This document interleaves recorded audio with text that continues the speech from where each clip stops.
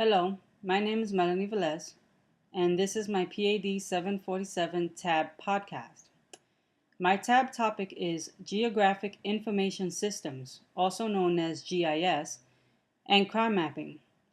I will begin by discussing what is GIS. GIS is a system that captures and combines multiple sources of data, especially data containing location information, and organizes all the information into one data set displayed in one of three methods, which I will discuss shortly. Data within the GIS is displayed to show spatial patterns and relationships in reference to the Earth. What makes GIS unique is the fact that one can display data in the form of a simple point map to a three-dimensional spatial map with pictures, graphs, or even charts with layered data. All information can be manipulated in a way that makes it easier for the user to understand. GIS was not the first system to produce maps and geographic analysis, but it is the first to do it with sufficient speed and with much more sophistication and advanced quality. GIS can consist of several software and hardware tools in order to provide a smooth running data processing system. GIS data can be represented as individual or combined layers, as mentioned earlier, in order to provide new perspectives of data and to be able to analyze possible relationships or correlations between those data. An example of this layered mapping would be one map that has data representative of low-income neighborhoods layered on top of high crime rates. The low-income neighborhoods will be, let's say, a red dot, while high crime rate areas will be represented by blue dots. A cluster of red and blue dots in one area will signify that that low-income neighborhood is experiencing high crime rates. GIS consists of four parts. The first is hardware, which is the computer itself with a standard operating system where the GIS software is to be installed and used through. The second is software. Basic and popular GIS software are ArcView, ArcGIS, MapInfo, and GeoMedia. These softwares contain the basic GIS functions but can also be combined with other software to enhance the GIS capabilities. Software such as CrimeStat and Hotspot Detective. The third is data. Without data, GIS would be useless. More specifically, when referring to crime mapping, crime data would be entered into GIS. Data such as drug arrests, criminal addresses, common crime scene locations, demographic data, liquor store locations, neighborhood income, and hundreds more are all examples of data that is inputted into the GIS system for analysis and crime mapping. Data such as these can be taken from several sources, such as computer-aided dispatch systems, records management systems, incident reports, investigation reports, and Census Bureau statistics, and many more. And the final part of GIS is people, otherwise known as the user. The user, referring to crime mapping, may be crime analysts, criminal behavior specialists, or any law enforcement professional. GIS has four specific subsystems as well. The first is the data input subsystem that gives users the ability to gather and transform spatial and thematic data into digital form. The second is the data storage and retrieval subsystem, where users can quickly retrieve data that is needed for analysis, all from one database. The third subsystem is the data manipulation and analysis, where users can evaluate and perform spatial procedures.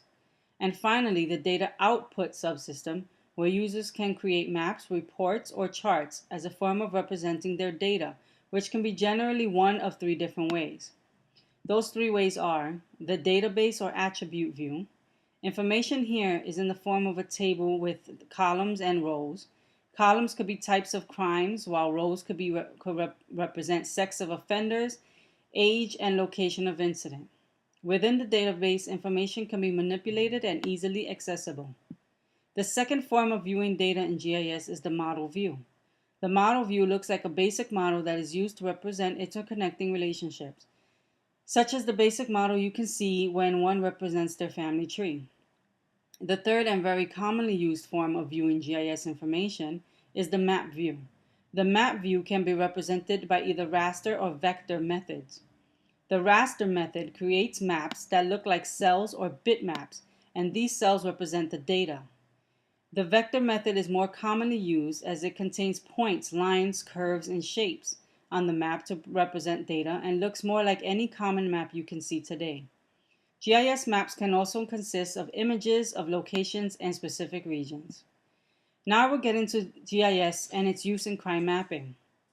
Crime in and of itself has certain dimensions, such as the breaking of a law, the presence of a victim and a perpetrator, and the last, which is related to GIS, is spatial dimension, which is simply the area or location of the crime. The area or location of crime is related to space and time, and these are the elements that can be mapped using GIS. Crime mapping is a form of research in law enforcement by means of using GIS systems. Its roots can be traced as far back as the early 1800s, when social theorists and researchers in Europe compiled simple maps in order to explain their theories of crime, crime patterns, and the causes of crime, such as poverty and low levels of income. Theorists such as Andre Michel Guri and Adriano Balbi, who created the first non-digital maps of crime using criminal statistics for the years 1825 to 1827. In the US, crime mapping did not really progress until the 1920s by sociologists in Chicago who researched the correlation between delinquency and poverty. The simplest form of crime mapping was using different colored pins on a poster board, representing where crimes had occurred in a specific region or smaller location. These older forms of crime mapping were not very useful in that they were unable to be kept updated and had a very limited amount of space for information. It also lacked the ability to layer information like you can when using GPS systems. During the 1960s, the very first computer-generated maps of crime were developed. And when personal computers became more popular in the late 1980s, desktop GIS systems began making its integration with law enforcement systems on desktop computers and police agencies by the 1990s. These earlier forms of GIS lacked in quality as a result of slow processing speeds and low quality printers. However, as computer systems technology advanced, so did GIS capabilities.